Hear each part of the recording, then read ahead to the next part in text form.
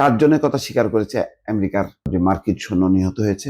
এছাড়া দুবাইয়ের অভিজাত এলাকায় হামলা হয়েছে, আরো বহু জায়গায় হামলা হয়েছে। ইরানও থেমে নেই। এখন শেষ পর্যন্ত কত পরিমাণ হামলা হলে ইরানকে দমানো যাবে সেটা বলা যাচ্ছে না। ইরানকে সম্ভবত গাজা বানানোর চেষ্টা করছে যুক্তরাষ্ট্র এবং ইসরায়েল।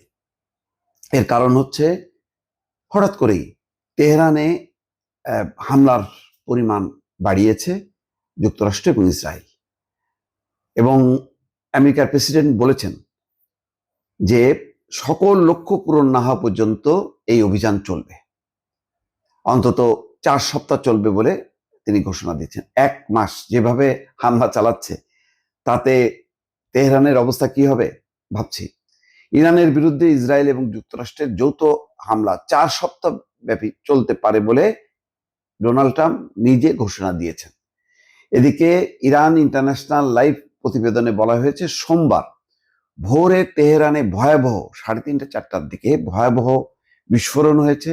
দেশটির স্থানীয় সময় রাত 3:30টায় পশ্চিম তেহরানের শহীদ বাঘেরি আবাসিক কমপ্লেক্সে বেশ কয়েকটি বিশাল বিস্ফোরণ হয়েছে। এছাড়া দেশটির প্রায় সকল গুরুত্বপূর্ণ স্থাপনায় হামলা চালাচ্ছে ইসরায়েল এবং মার্কিন বাহিনী।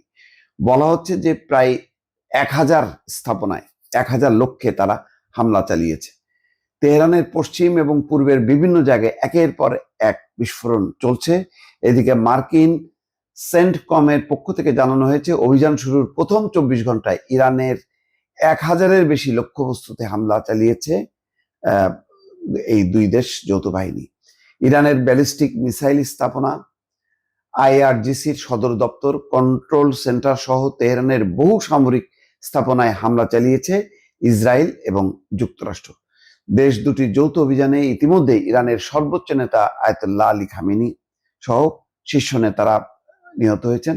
খামেনির জামাতা, নাতি, কন্যা, পুত্রবধূও হামলায় নিহত হয়েছে। এছাড়া ইরানের সাবেক প্রেসিডেন্ট সহ দেশটির শীর্ষ এবং বহু কর্মকর্তা এবং কমান্ডার নিহত হয়েছে। ইসরায়েল এবং যুক্তরাষ্ট্রের প্রথম ধাপের হামলায় খামেনি নিহত হওয়ার ঘটনায় ইরান এখন পর্যন্ত টালমাটাল পরিস্থিতি বিরাজ করছে। পরিস্থিতি দর্শক ঠিক কোন দিকে যাবে বোঝা যাচ্ছে না। তবে ইসরায়েল এবং যুক্তরাষ্ট্র সর্বশক্তি নিয়োগ করেছে, কারণ গতকালকে মার্কিন স্থাপনায় নৌবহরে তাদের যেই নৌযান নৌতরি সেখানে হামলা চালিয়েছে। 4টি ক্ষেপণাস্ত্র হামলা চালানো হয়েছে। ইতিমধ্যে 4 জনের কথা স্বীকার করেছে আমেরিকার যে মার্কিন সৈন্য নিহত হয়েছে। এছাড়া দুবাইয়ের অভিজাত এলাকায় হামলা হয়েছে, আরো বহু জায়গায় হামলা হয়েছে। ইরানও থেমে নেই। এখন শেষ পর্যন্ত কত পরিমাণ হামলা হলে ইরানকে দমানো যাবে সেটা বলা যাচ্ছে না বলে মানে গতকাল ভোর রাত থেকে তারা ব্যাপক হামলা শুরু হয়েছে। ফলে একটা টালমাটাল পরিস্থিতি পুরো তেহরান জুড়ে এবং ইরানের অন্যান্য অংশ। দর্শক।